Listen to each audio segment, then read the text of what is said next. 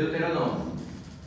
Aí, se outro livro posteriormente surgisse dizendo algo contrário ao que Deus tinha falado em Deuteronômio, claramente contrário, ensinamentos teológicos, doutrinas claramente contrárias, que não se encaixam, que se contradizem, isso era um ponto que ia contra a questão aqui da unidade doutrinária.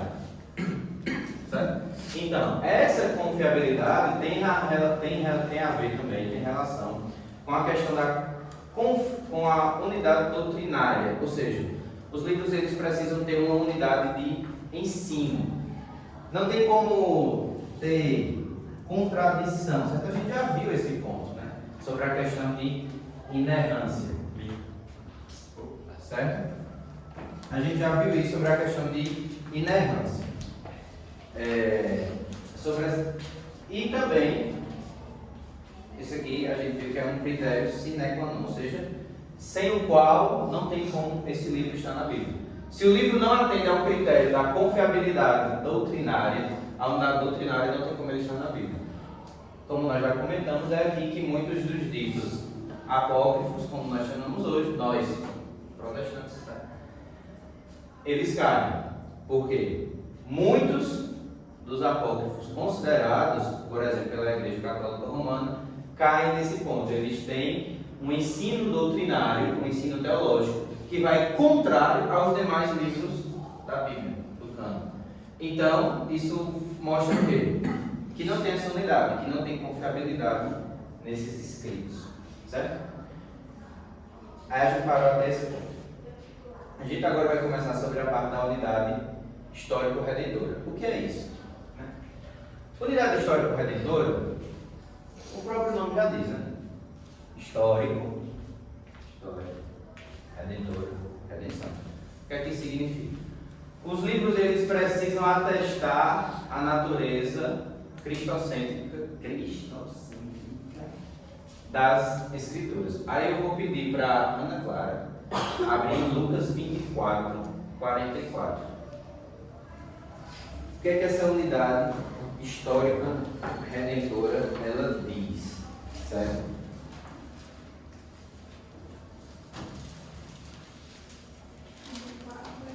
Isso.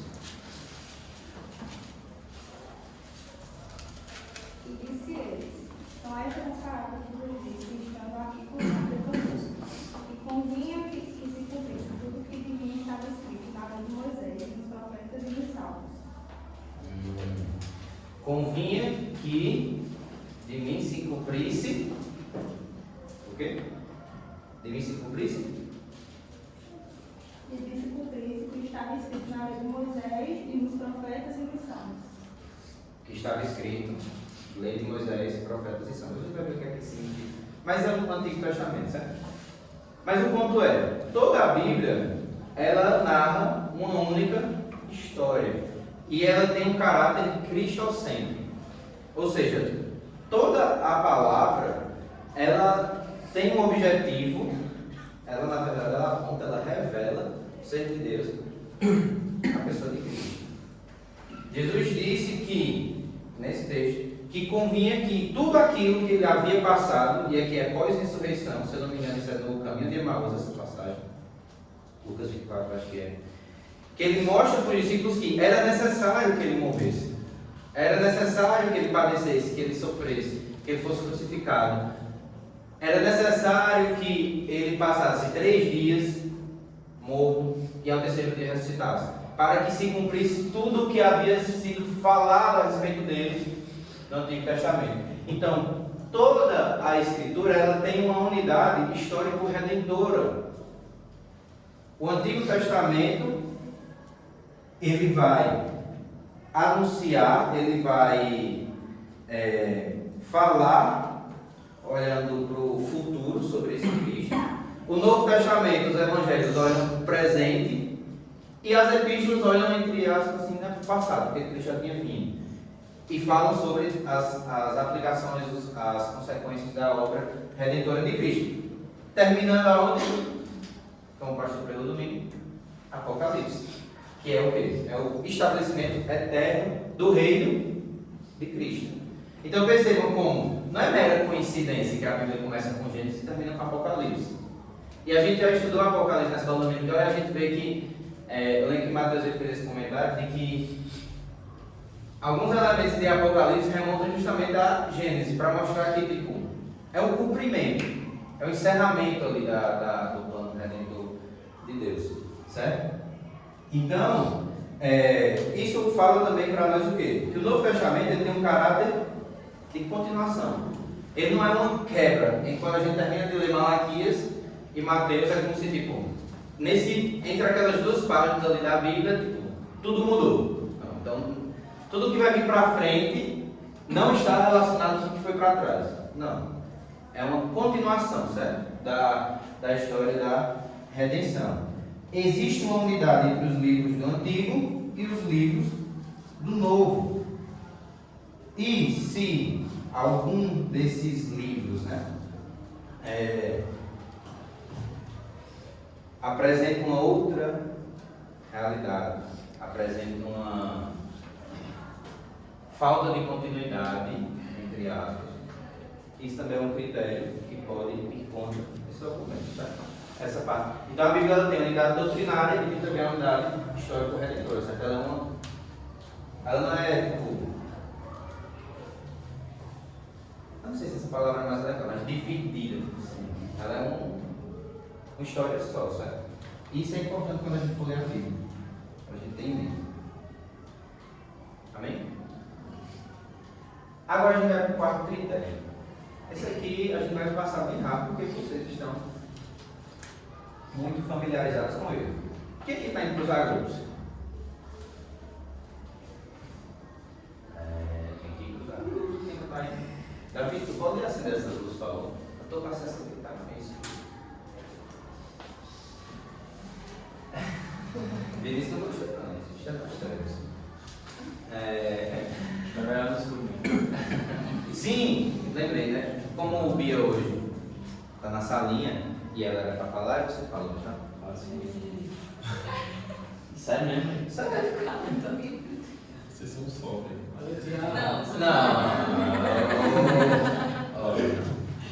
Mas é que você é a pessoa mais próxima dela, não tem Mas ninguém você que tem que fala. falar antes de eu preparar. Eu tô falando, já disse aqui. Essa semana não, mais ou menos.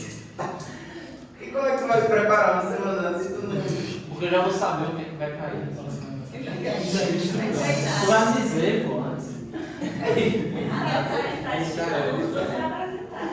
Deixa de utilizar, cara.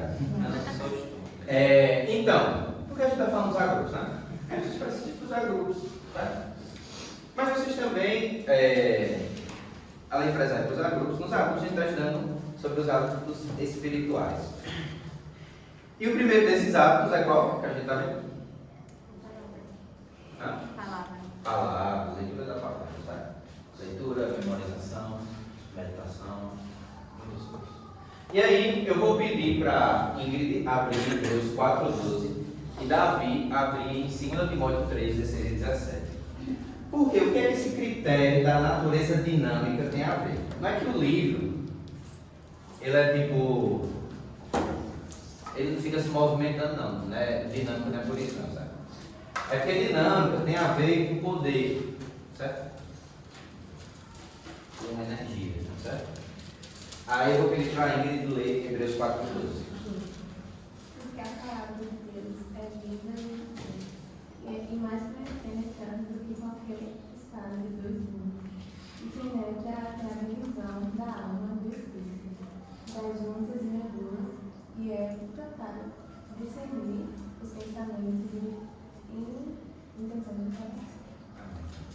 Davi, 2 Timóteo 3, 16 e 17.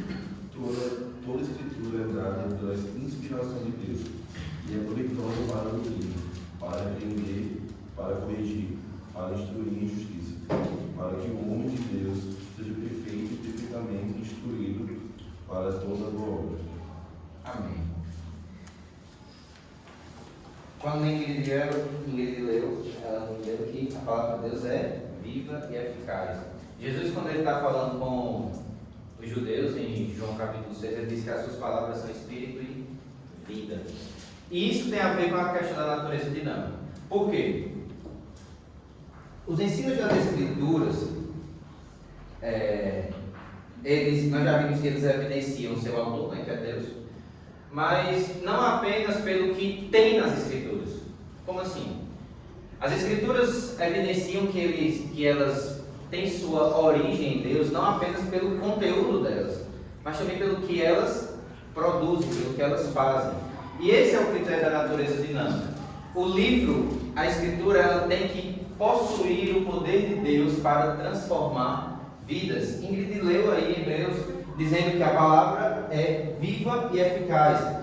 Davi, né, 2 Timóteo 3, leu que a palavra é útil para a instrução na verdade. O Salmo 119, ele é um hino de louvor, né, a palavra. E lá nós lemos muitas coisas. A palavra é luz, a palavra ilumina o entendimento, a palavra da sabedoria. Ela faz com que a gente seja apto para obedecer os mandamentos de Deus, para guardar os mandamentos de Deus. Então, o livro ele não deve possuir apenas um conteúdo doutrinário correto, mas ele também deve possuir o poder de Deus. Como assim? Existem, por exemplo, nem tem nenhum livro aí, mas, por exemplo, o livro que a gente está estudando dos Agrupos, ele tem ensinos verdadeiros?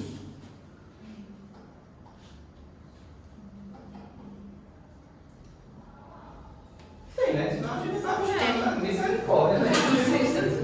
Misericórdia, né? Está repreendido a gente estar ensinando heresia para vocês. Ele tem ensinos verdadeiros.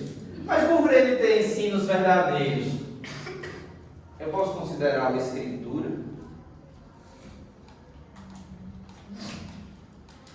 Por que eu estou falando disso? Porque o livro ele tem que ter poder para transformar vidas. E às vezes nós lemos livros devocionais e isso é bom, mas eles não transformam vida. Se a gente só lê o livro devocional e a gente não meditar na palavra, o livro devocional não vai adiantar nada.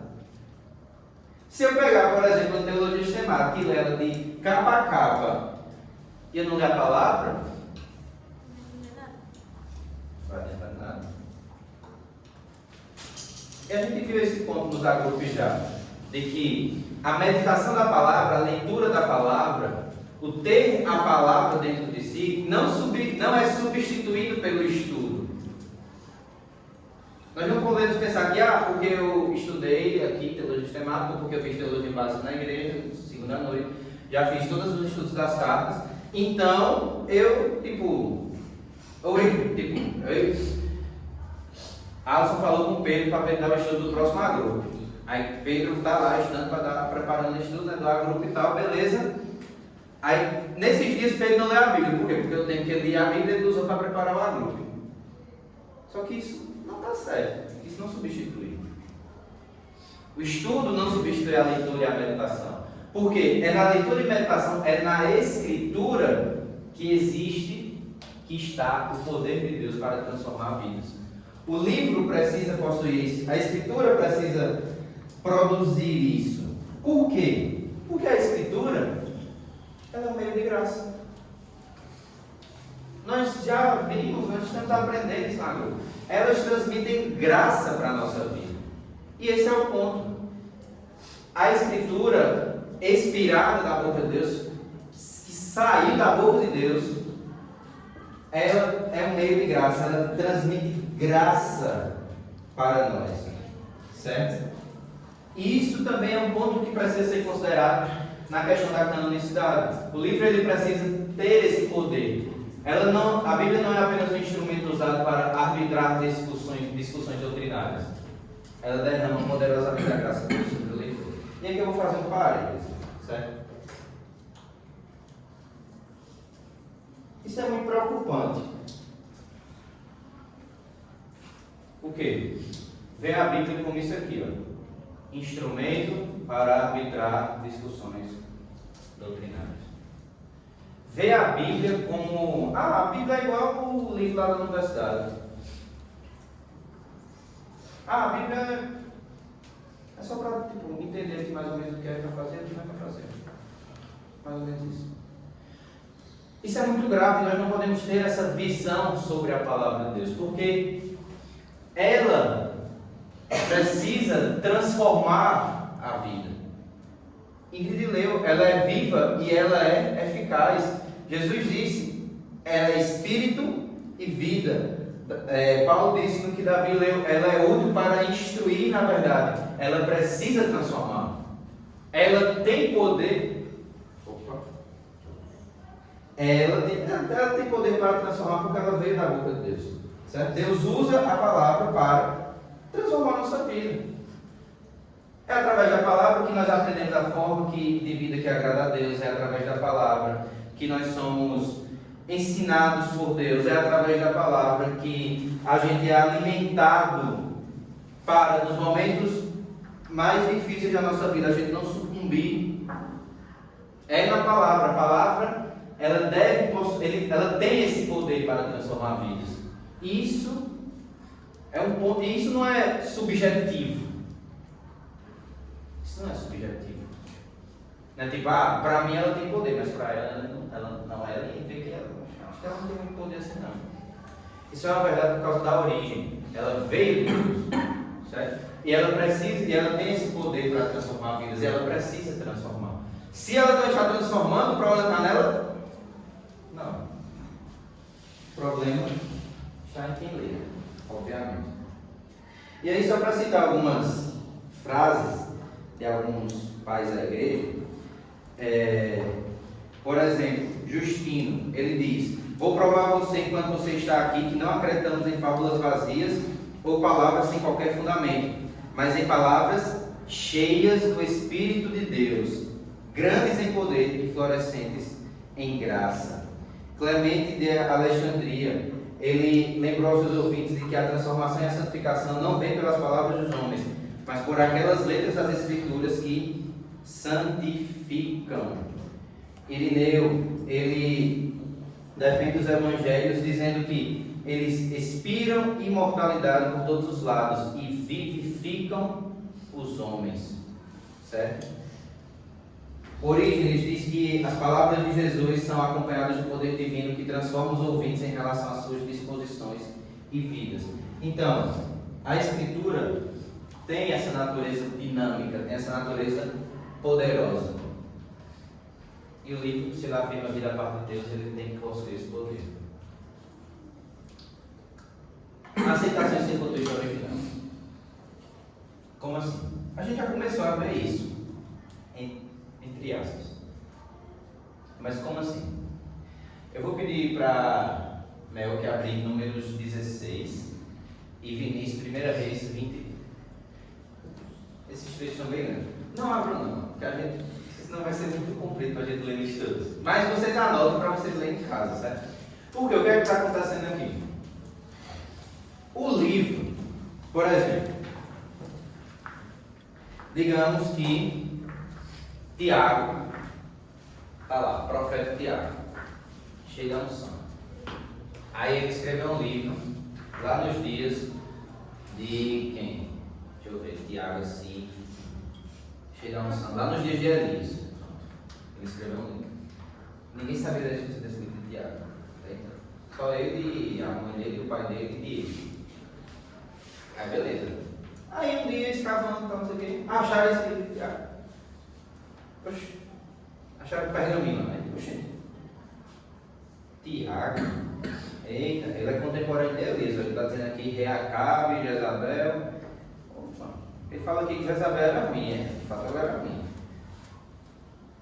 Mas você vai ver os outros, não tem nenhuma menção a esse livro de Tiago. Será que esse livro pode ser considerado escritura? O que é que esse ponto quer dizer aqui? Aceita esse contexto original. O livro ele precisava ser reconhecido como proveniente de Deus. Por quem? Por nós, 2000 anos depois, 1600 anos depois, sei lá, o livro foi escrito, 5000 anos depois? Não. Ele precisava ser reconhecido por quem estava lá na época. Quem estava lá na época reconhecia esses livros como vindos da parte de Deus. Reconhecia que esse profeta de fato vinha da parte de Deus. reconhecia que ele falou que era certo da parte de Deus e que o que ele falou se cumpriu? Essa é a pergunta desse critério. A aceitação em seu contexto original. Só que isso significa que sempre foi assim? Tipo, Moisés escreveu lá e o povo, e pronto. Tipo, ele escreveu, desceu e o povo aceitou. Às vezes acontecia isso. Só que às vezes eles enfrentavam resistência. É o que tem no livro 16 em 1 Reis 22. Elias enfrentou resistência. Enfrentou. Muitos profetas foram mortos, martirizados. Isaías foi morto martirizado. Ou seja, eles enfrentaram resistência. Só que os seus escritos foram vistos como provenientes da parte de Deus. Certo? E por que isso acontecia? Mesmo eles enfrentando resistência. Por quê? Isso é um ponto que a gente não pode esquecer quando está estudando esse assunto. Deus, ele é soberano. E ele rege soberanamente o universo. E reger soberanamente essa produção, né? Esse desenvolvimento do plano. Então, quando o povo não reconhecia o profeta, Deus era o defensor do profeta e mostrava que aquele profeta estava certo. Ele fez isso com Elias. Ele fez isso com Isaías também. Ele fez isso com vários dos seus profetas. Ele era o defensor. Então, quando o povo resistia, quando o povo desobedecia, quando o povo dizia, não, esse profeta aí é falso, falso profeta. Mas que ele vinha da parte de Deus, Deus atestava que o que ele estava dizendo era verdade. Tanto é que se cumpria. Então, Deus, ele estava controlando, regendo tudo isso. Certo? E aqui tem um ponto importante. Esse reconhecimento, esse aqui é um ponto delicado. Reconhecido não apenas localmente. Delicado para quê? Para o Novo Testamento, mais precisamente. Antigamente não tinha internet, né, gente? Então, se Paulo escreveu uma carta a Éfeso, não é como se automaticamente a igreja de Jerusalém, Éfeso mandasse um texto no WhatsApp e chegou um livro de Paulo aqui. Não era assim. Éfeso e Jerusalém era muito distante, o povo podia demorar meses. Certo? Só que essa carta que Paulo escrevia para Éfeso, muitas vezes ela era lida não apenas em Éfeso, mas nas cidades vizinhas. O pastor explicou domingo, né, que o livro de Apocalipse ele não foi lido só em uma igreja, foi endereçado, né? Ele escreve uma carta para cada uma das 7 igrejas e, consequentemente, o livro todo deve ter sido lido em todas aquelas 7 igrejas. Então, aquela região ali conhecia, não, de fato, esse livro aqui. Então, percebe que não é só uma igreja isolada que está levantando a mão e dizendo, isso aqui vem de fulano. São várias igrejas em cidades próximas, em uma região, que está dizendo, isso aqui de fato vem de Paulo. Não é uma pessoa levantar e dizer, eu tenho uma carta de Paulo aqui, ele me entregou nas ocultas, nos escondidos. Não. Várias igrejas em uma determinada região. E isso confere uma questão de, não é apenas uma questão de local, de pontual, mas é reconhecido por toda uma região de igreja. Essa palavra mais adequada, região. Certo? Só que essa questão de região e localmente, ela só vai ser assim, universal às vezes, porque mas tipo assim, mais abrangente, mais pra frente na história, certo? Porque como eu disse, a região ali de Éfeso, a região de Colossos, eles sabiam que aquela carta tinha vindo de Paulo. Aí a carta de Colossos era ali em Laodiceia, que era ali tinha outra cidade que era um triângulozinho. Depois o João explicou para vocês. Mas tinha 3 cidades que elas eram lidas ali. Então aquela região sabia que a carta aos Gálatas era escrevida na região da Galácia, que era, como a gente viu na Amostra, era uma região enorme. Então aquela região sabia que de fato aquilo vinha de Paulo. Só que até chegar de a Galácia, Éfeso, Jerusalém, Roma, todo mundo sabe, reconhecer ainda, saber que de fato veio de Paulo, aí demorou mais tempo, obviamente. Precisa ter isso em mente. Mas o ponto é, ele era aceito, ele era reconhecido como proveniente de Deus, em seu contexto original, por as pessoas da época. E eles também eram reconhecidos não apenas numa família, numa casa específica, numa igreja específica, mas em uma região uma região abrangente de pessoas. A região toda de Jerusalém a Roma, aí é mais pra frente, sabe? Tá bom? Não. Se você estiver sempre pago. Porque se você vai falar, não só. É como se fosse aqui na Sé, várias igrejas, por exemplo. Por exemplo, ele escreveu aqui para a série do 300 metros, né? Aí essa mesma carta, ela. Aqui na Grande é grande, mas enfim, ela era grande, ela Lagoa Seca, Queimadas, Boa Vista, todo mundo dessa região inteira aqui, sei lá, do Cariri, do Brejo, sabia que aquele vinha era de Paulo mesmo, tá entendendo? Mas pode ser que o povo de Recife não sabia da questão da distância, da época, tudo isso. Então, mas toda essa região aqui não era só uma pessoa numa igreja, numa cidade específica, só dizendo, opa, isso aqui vem de Paulo. Aí toda a região dizia, a gente nunca ouviu falar desse livro. E como é que só tu tem ele? Está entendendo? Esse ponto esse reconhecimento, essa aceitação. Não podia ser dizendo qualquer um chegar e dizer, eu tenho isso aqui de Paulo. Certo?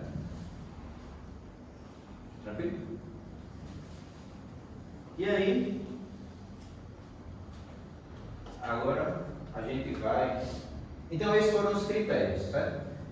Existem alguns critérios que são excludentes direto, como por exemplo a questão da confiabilidade. Lembra?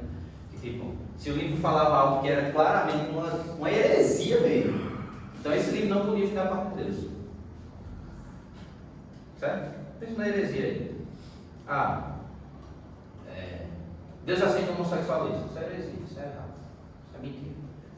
Aí está lá no livro, claramente esse livro ele era rejeitado, ele não era descoberto, reconhecido como canônico, como vindo da parte de Deus, porque Deus em outro momento já tinha falado contra isso. Alguns critérios eles eram excludentes diretamente, era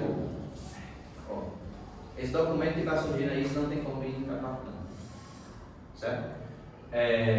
Só que outros critérios eles não eram tão diretos assim. Quer dizer que só porque o livro só tem verdades ele é escritura? Não. Ele precisa atender também os outros critérios. Certo? Então, isso foi sendo feito.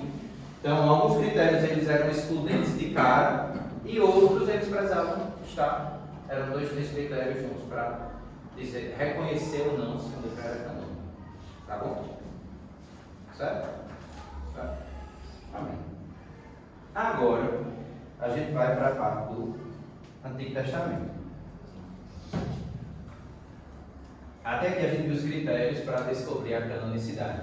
E agora a gente vai para a canonicidade do Antigo Testamento. E aí onde a gente vai se deparar com esses termos. Certo? E para a canonicidade do Antigo Testamento, Norman Geisler e William Nix, eles trazem esse resumo, que é muito bom. Eles dizem, Deus inspirou os autores bíblicos para escrever. O povo original de Deus reconheceu tais livros e o coligiu-os, juntou. E os cristãos de uma época posterior distribuíram-nos por categorias, como livros canônicos, de acordo com a unidade global que neles entreviam. Quem entendeu tudo?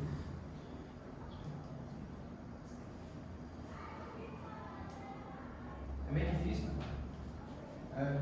Eu também acho. Mas o ponto é, aqui nós temos os 3 elementos básicos, porque a gente vai estudar agora o cano do Antigo Testamento. E aí a gente vai ver de 2 formas: desenvolvimento e extensão. Certo? Desenvolvimento e extensão. Como o cano foi feito, como ele foi se desenvolvendo e a extensão dele. Até onde ele vai, tá? E aqui a gente tem os 3 elementos dessa canonicidade do Antigo Testamento. Primeiro elemento, inspiração. Não podemos esquecer isso. A gente já aprendeu isso. É por isso que a gente deixou esse estudo no final. Inspiração, não esqueçam isso. Quem ficou com inspiração no estudo, no trabalho? Alguém aqui tem que ter um pouco de inspiração, não é possível. Se você não está sabendo, misericórdia. Mas quem ficou com inspiração?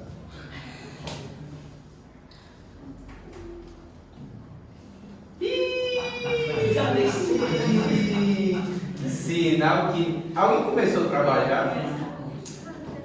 Ai, Jesus. Alguém sabe o que trabalho? Não, eu sabia que eu trabalho assim, sabe como é que tá nos planos aí. Deixa eu fazer tudo. Daniel, ia começar hoje. Não, nem começar hoje não, vou nem me interessa. Eu ia começar algum dia. Deixa eu fazer um dia antes, porque dá uma inspiração no cara pra falar bem. E O negócio é virar, né? Tu sabe como ouvir, já vi ligado. já vem ligado.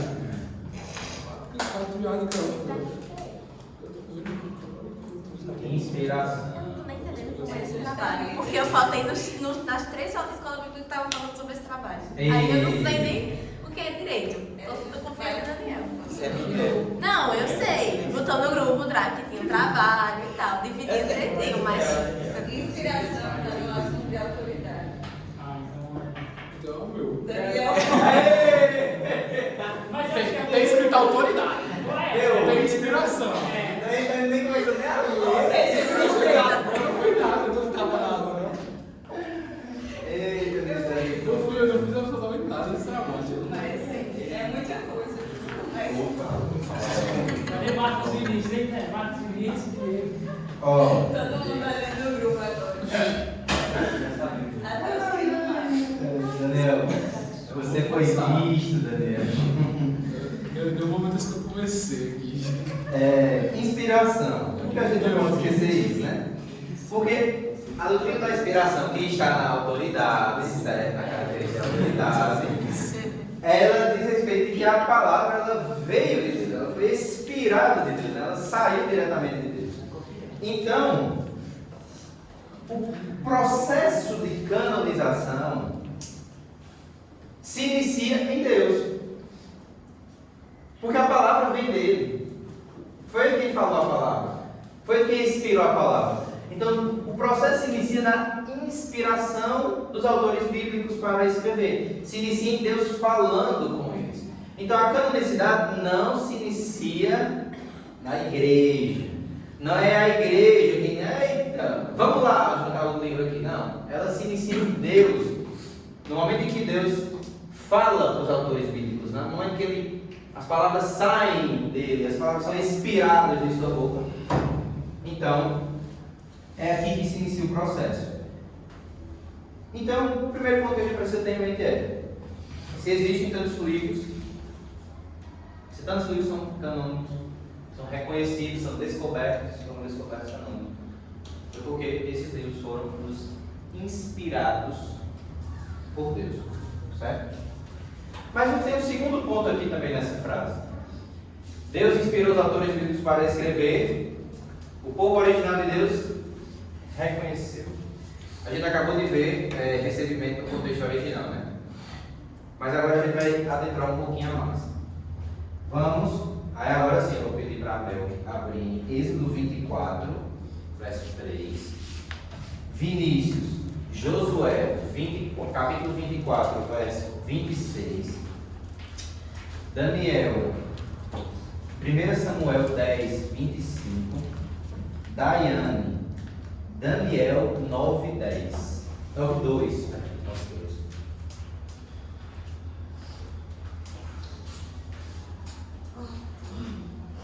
O que é esse ponto? Reconhecimento por parte do povo de Deus. 24, 26.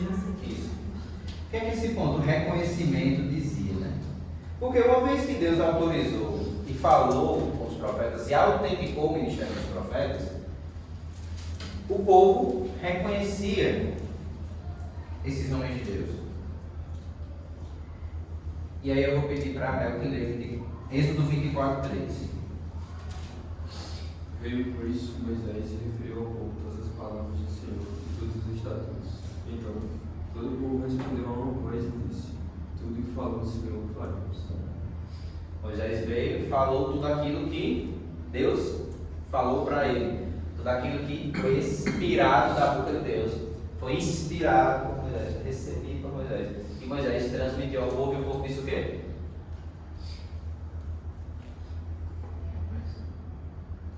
A resposta do povo. Tudo que falou o Senhor faremos. Tudo que o Senhor falou, faremos. É o povo reconhecendo que o que Moisés estava falando para eles era a palavra de Deus. Certo? Vinícius, Josué 24, 26. E Josué escreveu estas palavras no livro da lei de Deus, e tomou uma grande pedra e a erigiu ali debaixo do carvalho, que estava junto ao santuário do Senhor. Aqui tem o relato, isso é já no finalzinho do livro de Josué, dizendo que Josué escreveu tudo isso no livro da lei de Deus, certo? E que ele tomou uma pedra, não foi? E colocou debaixo do carvalho, para representar o quê? O testemunho de que de fato aquilo tinha acontecido, de que de fato aquilo era verídico, que de fato tudo que está contido ali veio da parte de Deus. Tá? Daniel, 1 Samuel 10, 25. Samuel explicou ao povo o direito do rei, escreveu no livro e foi diante do Senhor. Então Samuel decidiu todo o povo, cada um para a sua casa.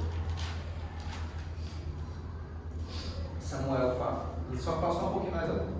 Samuel explicou ao povo o direito do rei, escreveu no livro e pôs diante do Senhor. Então Samuel despediu todo o povo, cada um para a sua casa. Samuel falou, ele escreveu no livro e pôs o livro para onde? Diante do Senhor. E depois despediu o povo. Ou seja, o que é que está mostrando aí? Que quando ele falou, escreveu, pôs no livro e apresentou ele a Deus, todo o povo estava presente e concordou com aquilo. Então, isso mostra o quê? Era o povo de Deus reconhecendo que aquele livro de fato veio da parte de Deus. Certo? Daiane, Daniel 9:2. No primeiro ano do seu reinado, eu estava estudando os livros sagrados e pensando nos 70 anos que Jerusalém ficaria arrasada, de acordo com o que o Senhor Deus tinha dito ao profeta Jeremias. Daniel estava lendo, ele estava na Babilônia, no exílio, ele estava lendo os escritos, e aí ele viu que tudo o que Deus falou através de Jeremias, que, se a gente ler o livro de Jeremias, a gente vai ver que em muitos momentos o povo não deu ouvidos a ele, o povo ia contra ele, mas Deus, o que foi o defensor dele, Deus mostrou que de fato ele era levantado por Deus, tudo aquilo que ele profetizou se cumpriu, e Daniel estava vivendo o cumprimento dessa profecia, e ele está lendo aí nos escritos, como Daiane leu, que tudo que Deus falou por Jeremias havia se cumprido. Ou seja, Daniel estava reconhecendo que o que foi escrito por Jeremias, o que foi falado por Jeremias, era de fato da parte de Deus, tinha vindo da parte de Deus. E esse reconhecimento, ele acontece no meio do povo, mas ele acontece também entre os autores do Antigo Testamento. A gente vai ver, por exemplo, nesse caso de Daniel, ele está citando diretamente Jeremias. A gente vai ver que Moisés, o Pentateuco, né, de Gênesis a Deuteronômio, ele é citado por todo o Antigo Testamento como escritura, como lei de Deus. O livro de Josué é citado e referenciado em Juízes. Os livros dos reis, eles citam a vida de Davi conforme os relatos dos livros de Samuel. Os salmos relatam situações que Davi, principalmente Davi, né? Que Davi viveu, que estão relatadas em Samuel, em Reis. Muitas vezes quando a gente vai ler um capítulo, se a Bíblia de vocês tem aquela concordância, né? Vocês vão ver que tipo, tá lá 1 Reis, capítulo tal. Aí vocês vão ver que ali tem uma referência a um salmo, que é o que? Davi escreveu naquela situação, naquele momento que está sendo falado lá em 1 Reis. A gente vê também que o livro das Crônicas menciona uma passagem genealógica que só existe no livro só está presente no livro de Ruth. O livro de Neemias cita o livro de Esdras, Reis menciona Provérbios e Cantares. Daniel cita Jeremias. Ezequiel menciona Jó e Daniel. Então, o que é que isso quer mostrar? Que esse reconhecimento aqui não era só da parte do povo. O povo reconhecendo que aqueles livros eram de fato inspirados por Deus, que vinham da parte de Deus. Mas isso mostra também que os próprios autores bíblicos reconheciam que estes livros eram oriundos de Deus, eram provenientes de Deus, vinham diretamente de Deus.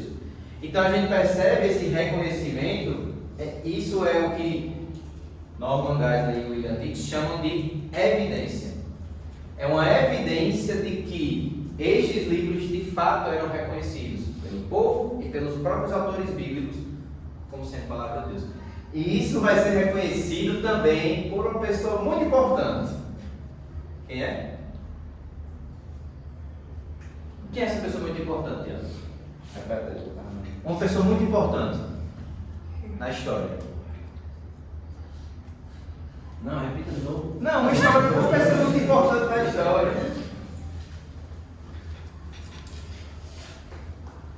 A mais importante. Isso.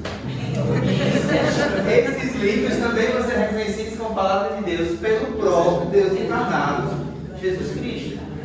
Então, guardem isso, eles foram reconhecidos também pelo próprio Senhor Jesus. Certo? Mas antes de partir para o próximo elemento que está contido nessa frase, eu preciso fazer um destaque, parênteses. Certo? É importante destacar um ponto. Que o reconhecimento por parte do povo e por parte dos próprios autores bíblicos, em seu contexto original, na época em que eles viveram, não significa que um livro nunca foi contestado, nunca foi debatido. Como assim? A gente viu que o livro de Provérbios e Cantares ele é mencionado em 1 Reis 4:32. Se alguém quiser, Daniel, abre aí, Daniel, 1 Reis 4:32.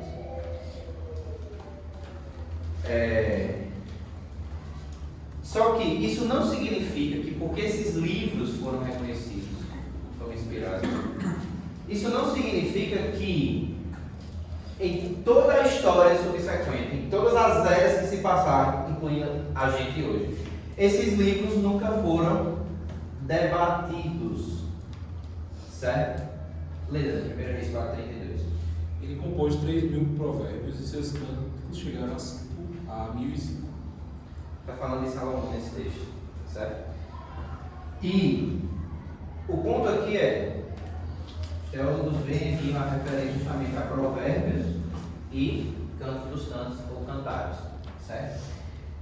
E o ponto só que esses livros, tanto Provérbios como Cantares, a gente vai ver eles daqui a pouco, eles foram também debatidos no decorrer da história. Alguns judeus depois, mesmo eles tendo sido já reconhecidos, já fazendo parte do cânon hebraico, alguns judeus discutiram esse livro, por exemplo, Cantares. Todo mundo aqui já leu Cantares? Já, né? Pronto. Então vocês estão sendo do conteúdo. Amém. Mas não é proibido, então não palavra. Essa minha fala foi meio controversa, mas não é proibido não, sabe? É porque normalmente o povo, principalmente em meme, né? O povo fica, Cantares, não sei o que, não. É palavra interessante. Misericórdia. Justamente por causa da Daniela da até calor, né? Mas ela não tá me tá me matando. Mas parece ter ninguém aqui. Parece que tudo. Eu dei que na semana passada o povo aí ficava frio, ainda desisti. Eu sou burro, não vai nada. Aí, o que aconteceu? Posteriormente, mesmo esse livro de Cantares já estando no cânon hebraico, posteriormente, ainda até na momento da história, esse livro de Cantares ele foi debatido. Tipo, alguns dizem, eita, será que de fato é para Cantares permanecer? Até hoje, né? Até hoje é debatido sobre isso. E eu lembro que em Panorama do Antigo Testamento, Pauliana comentou sobre isso, de que Cantares já vai dar na Bíblia. Tem que amadurecer, não. Mas o ponto o livro é amigo demais. Aí alguns vão trazer dali uma aplicação para Cristo e a igreja, outros vão dizer, não, só mesmo casamento e tal. Mas enfim, a gente não vai fazer nada de cantares aqui. Mas o ponto é, o que essa questão do reconhecimento que eu estou falando, desse asterisco, é o seguinte: não é porque o livro foi reconhecido em seu contexto original, que ele foi reconhecido pelos autores, que ele nunca foi debatido. Não. Ezequiel já foi debatido. Provérbios já foi debatido. Eclesiastes. A vida debaixo do sol. Não ia ter nem garoto lá fazendo filtro solar, né?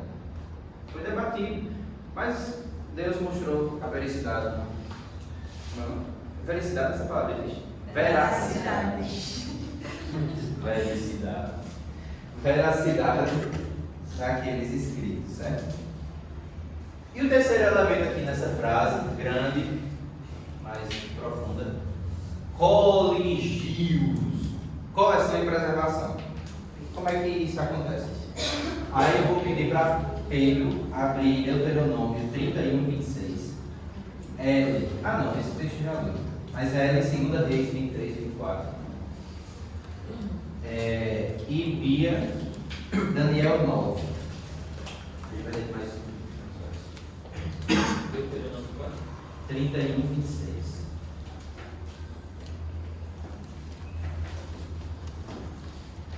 Peguem este livro da lei e coloquem ao lado da arca da aliança do Senhor, seu Deus, para que fique ali como testemunho contra vocês.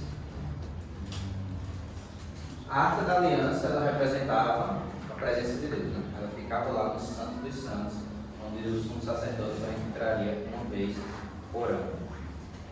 E Moisés está dizendo: o livro da lei deve estar na arca da aliança para testemunho contra o povo. O que é que significa?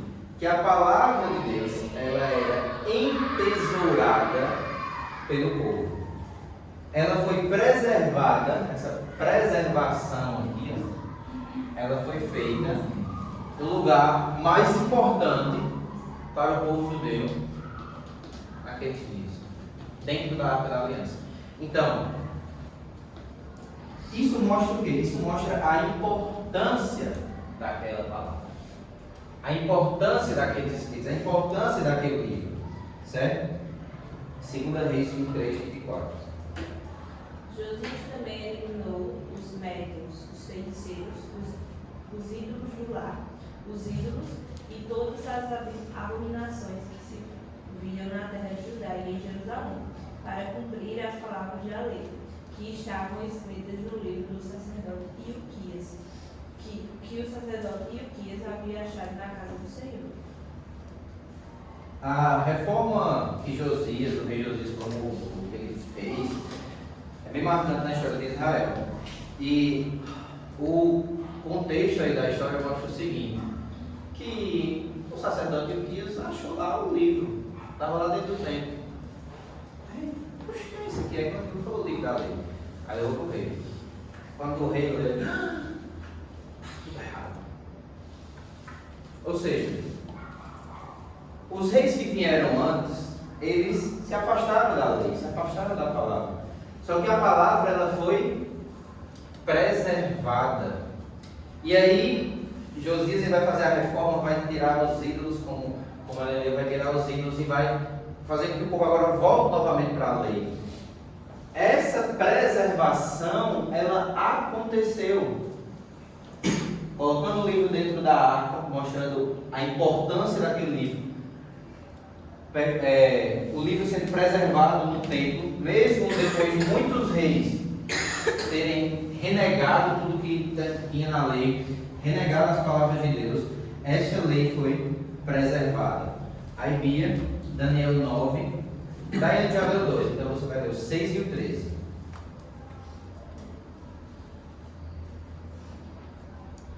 Demos ouvido aos teus servos, os profetas, que em teu nome falaram aos nossos reis, aos nossos príncipes, aos nossos pais e ao povo da terra. Como está escrito na lei de Moisés, todo este mal nos sobreveio. Mas mesmo assim, não temos implorado o favor do Senhor nosso Deus, para nos convertermos das nossas iniquidades e nos aplicarmos à tua verdade. Daniel, ele encontra o livro de Jeremias, como Daniel leu, e agora, quando ele lê, ele também menciona outros, ele menciona profetas, né? A lei dos profetas. Então, Daniel, ele tinha, quando fala assim, lei, entre essa parte de coleção, certo? Porque é Gênesis, Êxodo, Números, Levítico, Números e Deuteronômio. Quando fala profetas, quer mencionar Isaías, Jeremias, Jonas, Obadias, Ageu, Abacuque, todos eles, certo? Se bem que Ageu ainda é depois, né, porque ele veio depois da minha, mas enfim.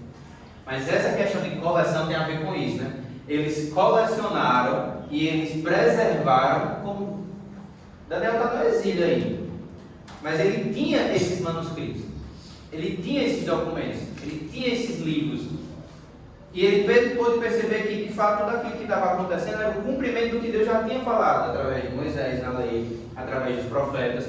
Então, o povo de Deus, ele não apenas reconhecia, mas também ele colecionava, preservava, para mostrar o quê? A importância desses livros.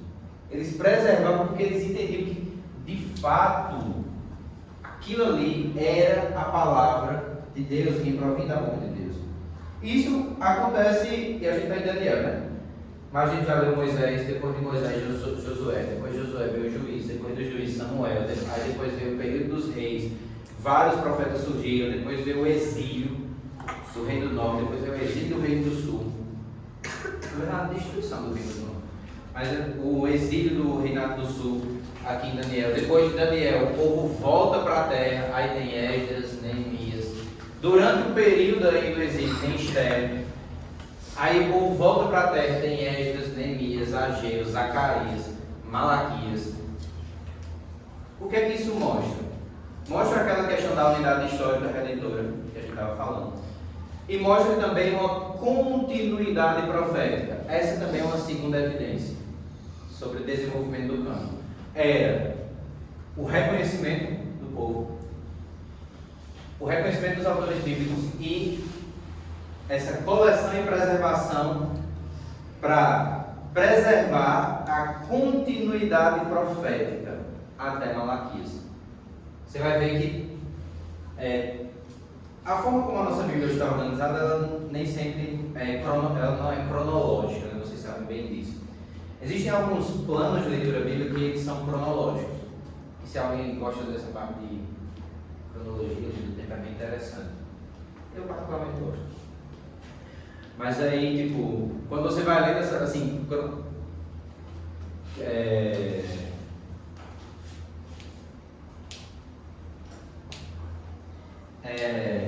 quando você vai lendo assim cronologicamente, você vai vendo essa sucessão profética, né? Passando de Moisés para Josué, passando de Josué para o juiz, do juiz para Samuel, de Samuel, aí depois tem os reis, tem os sacerdotes, os profetas são levantados. Você vai ver tudo isso, certo? Isso é uma segunda evidência, tá? Novamente aqui tem um asterisco. Nós vamos partir para o próximo ponto. É importante deixar claro que nem todos os livros escritos e preservados pelo povo judeu devem ser considerados canônicos. Os próprios judeus fizeram essa distinção entre o cânon formal e as outras literaturas. Por exemplo, que foi que eu vi? Aí eu vou pedir para a Vitória abrir Josué 10, Diego, Números 21, Davi, 2 Crônicas 9 e Aline, 1 Reis 11. Certo? Vitória, Josué 10, verso 3. Pelo que Adão e Zedeque, rei de Jerusalém, enviou mensageiros a Roma, rei de Edom, e a Pirã, rei de Jacute, e a Zofia, rei de Laques, e a Délio, rei de Edom, dizendo. Continua? Esse é Josué 10, 3? Leu 4. Subi a Bim e a Rilaime, a Firamas e Gibeão, conforme fez paz com os filhos de Israel. Mais um caso de referência miséria.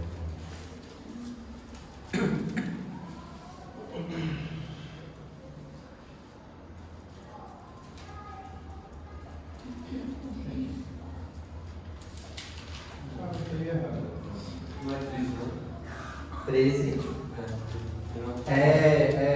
10, 13. 13, Vitória, desculpa.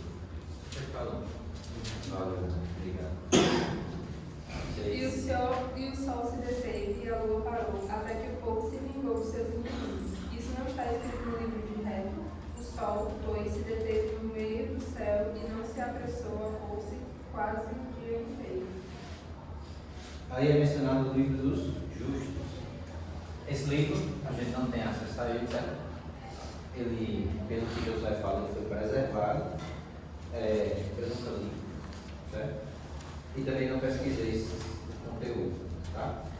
Mas perceba que há uma distinção feita pelos próprios judeus no decorrer da história de livros que são de fato inspirados por Deus no seu cânone e livros, outras literaturas, certo? Que podem ter conteúdo religioso, histórico, cultural. Diego, Números 21, 14. É por isso que o livro das batalhas do Senhor Deus disse assim: a cidade de Israel e na região de Sufa e os vales do rio Arnon.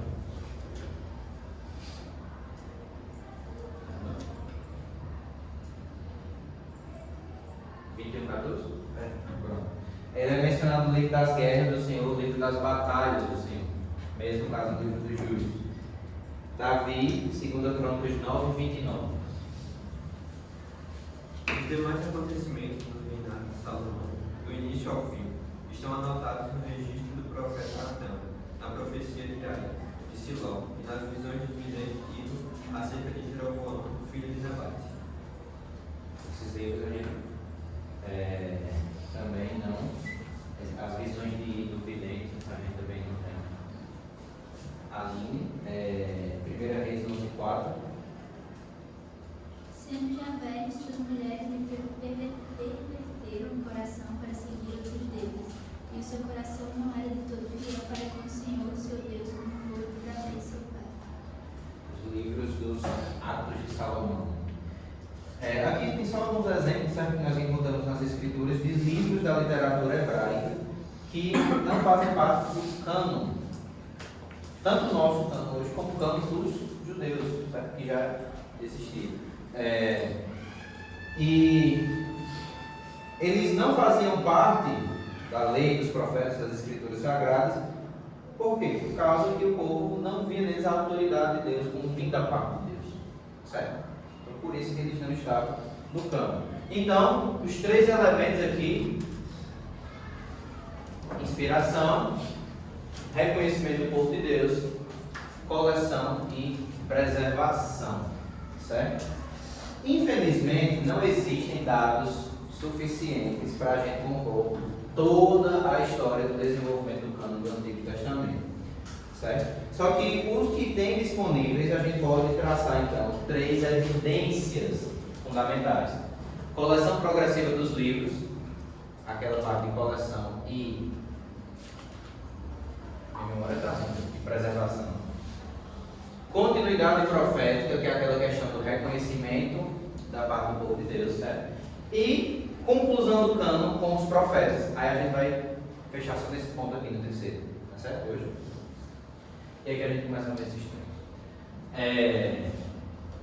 Hoje Tiago escapou, certo? Porque não vai dar tempo de apresentar. E terceira, já estava aqui já. Com evidência, terceira evidência fundamental: conclusão do cânon com os profetas. O que é que isso significa?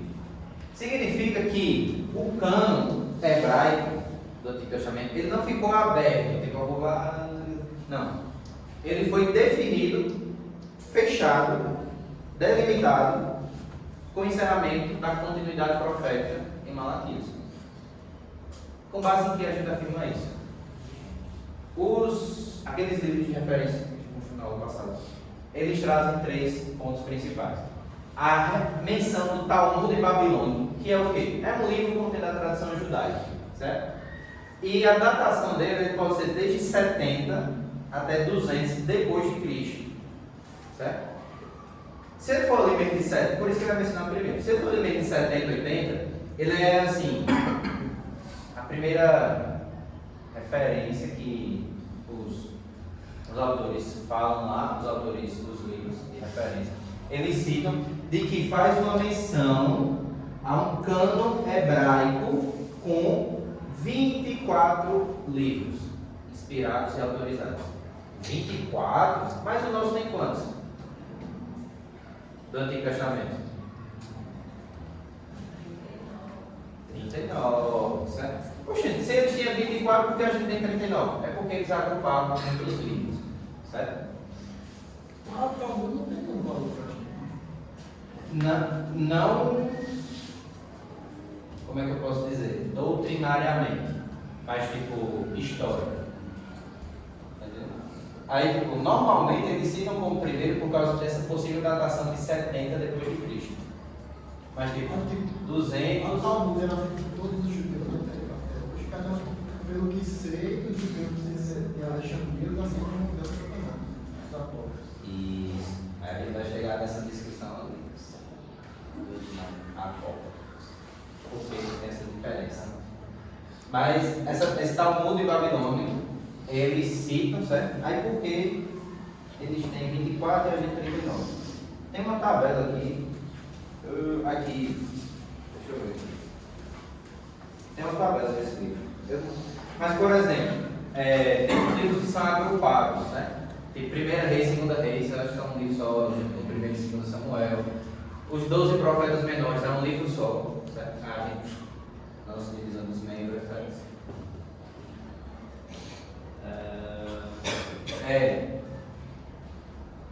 Acredito que é. Tem 1 e 2 Samuel é um livro só, 1 e 2 Reis também. Os 12 profetas também é um livro só, tá? Jeremias e Lamentações é um livro só. Esdras e Neemias é um livro só. Crônicas, 1 e 2 é um livro só. Então, tipo, eles consideravam os mesmos livros que nós.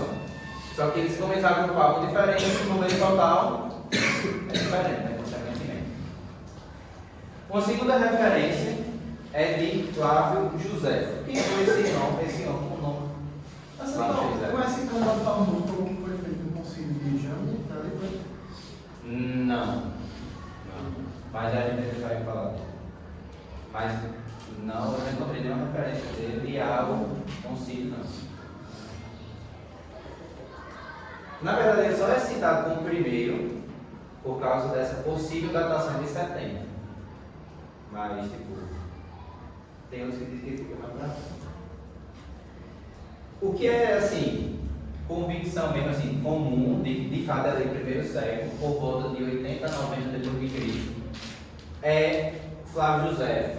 E quem foi Flávio José? Um historiador judeu do século I, do primeiro século, certo? Ali, depois de Cristo. E Flávio José, ele nos informa que a escritura hebraica continha 22 livros. Oxi, mas não era 24? É porque na contagem dele, ele conta Ruth junto de Juízes e Lamentações junto com Jeremias. Por isso que ele tem 22 e o que eu mencionei tinha 24. Aquela confusão que eu fiz de Jeremias e Lamentações é de Flávio José, certo? Por isso que aqui no Talmud tem 24, José fala 22, porque eles agrupam diferente, mas são os mesmos livros, tá bom? E o que é que Flávio José, ele escreve, né? Ele era um reconhecido historiador judeu do século I, e ele escreve uma coisa muito interessante. Ele diz: não temos miríades de livros, discordando e conflitando entre si, mas apenas 22, contendo o registro de todos os tempos e devidamente acreditados. Destes, 5 são os livros de Moisés, contendo as leis e a história transmitida desde a criação da raça humana até a sua própria morte, até a morte de Moisés. Este período cai um pouco menos de 3 mil anos. Desde a morte de Moisés até a época de Artaxerxes, que foi rei da Pérsia depois de Xerxes, os profetas que seguiram Moisés escreveram em 13 livros as coisas que aconteceram em seus dias. Os 4 livros restantes contêm hinos a Deus e princípios de vida para os seres humanos. São Salmos, Provérbios, certo? Frase de José lá. De Artaxerxes até nossos dias, ele está falando do primeiro século depois de Cristo, ano 80 ou 90 depois de Cristo. Um registro detalhado foi feito. Que período é esse? Artaxerxes até nossos dias. Ali, período interbíblico, né? Intertestamentário, entre Malaquias e Mateus. Um registro detalhado foi feito, mas isso não foi considerado digno de crédito, igual aos registros anteriores, porque desde então não houve a sucessão exata de profetas. Lembra de sucessão profética?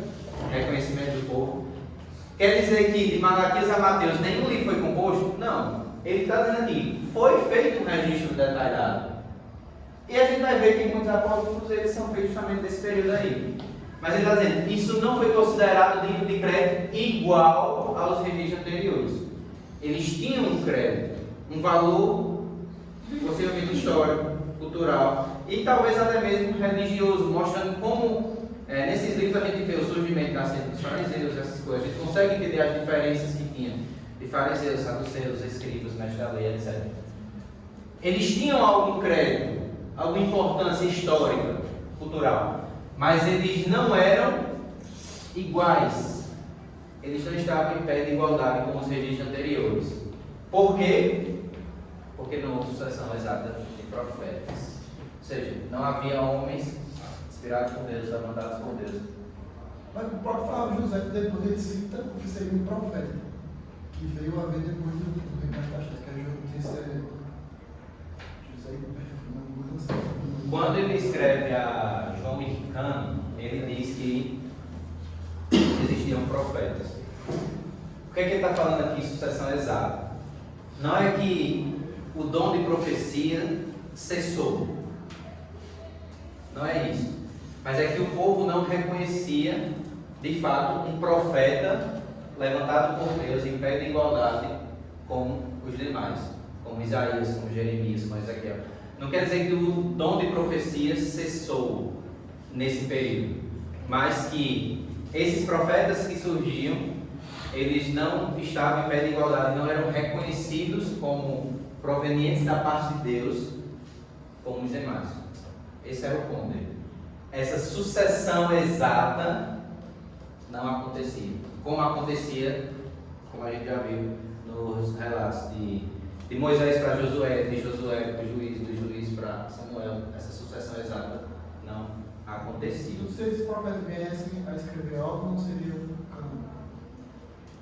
Os judeus não consideravam assim, porque eles não consideravam em pé de igualdade com os demais das Escrituras. E aí, tem uma terceira evidência que eu deixei ali, porque eu queria trazer essa menção de Flávio José, que é esse Jânia. Vai depender de onde vocês forem ler. Alguns vão falar Jânia com M de navio, outros vão falar Jâmia com M de Maria. Eu não sou distinguido qual é o sangue, mas Jânia ou Jânia, certo? Porque aqui foi isso, que isso era quem? Jânia ou Jâmia era uma cidade ao oeste de Jerusalém, certo? E aí o que foi que aconteceu na cidade por volta de 90 depois de Cristo? Pouco tempo, alguns anos depois do que Flávio José escreveu. Foi o que aconteceu? Aconteceu uma reunião. Vocês podem encontrar na internet alguns vídeos, alguns usando o termo concílio ou sínodo de Jâmia. Concílio de Jâmia, sínodo de Jâmia, certo? Só que, como F.F. Bruce comenta, não teve de fato um concílio. Como assim? Um concílio. Por quê? O que houve foi o quê? No ano 90 depois de Cristo, alguns rabis judeus eles se reuniram nessa cidade para discutir para debater acerca de alguns livros que a tradução do termo significa sujar as mãos. Como assim sujar as mãos? Sujar as mãos significa o quê? Vou pegar aqui porque sujar as mãos. Sujar as mãos significava era meio que livros que você lesse, você manuseasse, depois você precisava limpar as mãos, lavar as mãos. Em outras palavras, eles estavam debatendo sobre livros inspirados, certo? E o debate, ele se concentrou, basicamente, em alguns livros. Alguns vão dizer 5, outros vão dizer 2, outros vão dizer 3, certo? Depende do autor. Mas se concentrou, se for 5, vamos considerar que seja os 5, né? Foi o maior número que teve. O debate se concentrava em Ezequiel, Cantares, ou Canto dos Cantos, né? Eclesiastes, Esté e Provérbios. Se for os 2, o mais debatido mesmo era Eclesiastes e Cantares. Eles discutiam se esses livros sujavam ou não as mãos, ou seja, se eles eram inspirados ou não. F.F. Bruce e Norman Geisler, eles comentam que não, primeiro não o concílio de fato, e em segundo eles comentam que as conclusões desse concílio não apresentaram nenhuma inovação ao cânon hebraico. Por que a gente está falando desse concílio, dessa reunião de Jânia? Por quê? Muitos vão dizer que o cânon hebraico só foi fechado aqui, em 90 depois de Cristo. Por que isso é problemático? Porque significava que na época de Jesus não tinha esse cânon definido. Porque Jesus é o quê? Até 30, né, depois de Cristo. Então, se de fato essa visão está correta, de que não tinha um cânon definido, então de fato não tinha um cânon definido na época de Jesus. Então, um argumento de que Jesus já deixou o cânon hebraico como correto não pode ser usado. Só que eles, tanto o F.F. Bruce como Norman Geisler, eles comentando as conclusões dessa reunião, né, desse debate, eles mostram que não teve nada de inovação. As coisas permaneceram mais ou menos da mesma forma com relação ao cânon. Eles tiveram sim esse debate sobre os livros de Eclesiastes, principalmente, né? Eclesiastes e Cantares. Cantares por causa do seu conteúdo e Eclesiastes por causa do seu ceticismo, a vida debaixo do sol. Aí eles debateram isso, só que a conclusão foi de que de fato aquele livro era inspirado e que as coisas permaneceram da mesma forma, certo? E essa conclusão não significa que o cânon hebraico foi fechado aqui em 90 depois de Cristo. Não significa isso. Isso foi só apenas um debate sobre alguns livros. Não significa que eles se reuniram para definir o que é o cânon hebraico. O cânon hebraico, como José argumenta, como o próprio Jesus, a gente vai ver um argumento que Jesus fala também, mas vou deixar isso só para o final. Fala sobre essa questão do cânon, mostra que de fato o cânon já estava fechado nessa época, e ele foi encerrado, e os principais líderes judaicos da época, eles reconheciam isso, ele foi encerrado nos profetas. E isso também é visto também.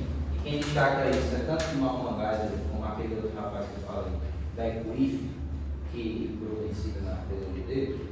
Beckwith e Norman Geisler destacam o seguinte: a gente sabe que tinham os fariseus, os saduceus, os mestres da lei e tal, tinha os essênios também. Eles tem esses grupos, né, de religiosos ali em Israel. E eles comentam que eles não são encontrados discussões ou divergências, por exemplo, entre fariseus e saduceus sobre essa questão do cânon, sobre essa questão da extensão.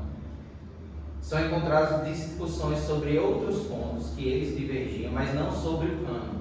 E tendo em vista a rivalidade que existia entre esses partidos, se houvesse alguma discussão, alguma divergência grave sobre isso, se houvesse, por exemplo, um cânon aberto que ainda não havia sido fechado, delimitado, isso estaria presente nos documentos. Isso seria observado. Mas o que é observado da menção do Talmud, da menção de Flávio José, da menção dos principais líderes hebraicos ali daquela época, de Jerusalém, e da menção do próprio Jesus, é que de fato esse cânon já estava definido antes dessa reunião. O que essa reunião fez foi debater sobre esses livros, certo?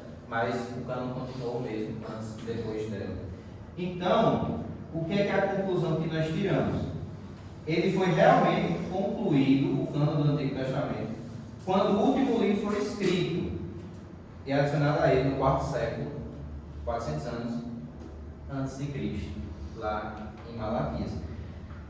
Era assim que os judeus eles criam, era assim que a gente vai ver que o próprio Jesus cria. E na semana que vem a gente vai falar sobre isso, foi o desenvolvimento, certo?